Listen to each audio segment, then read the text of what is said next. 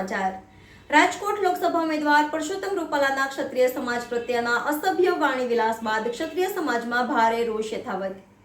જેતપુરમાં રાજપૂત ક્ષત્રિય સમાજનો વિરોધ। ક્ષત્રિય રાજપૂત સમાજ દ્વારા જેતપુરમાં પરસોત્તમ રૂપાલાના વિરોધમાં આવેદનપત્ર આપવામાં આવ્યું।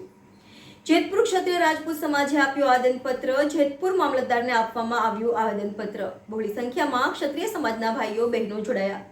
બહેનો કેસરી સાડીમાં સજ્જ થઈ મોટી સંખ્યામાં ઉપસ્થિત રહી પરસોત્તમ રૂપાલાનો વિરોધ કર્યો।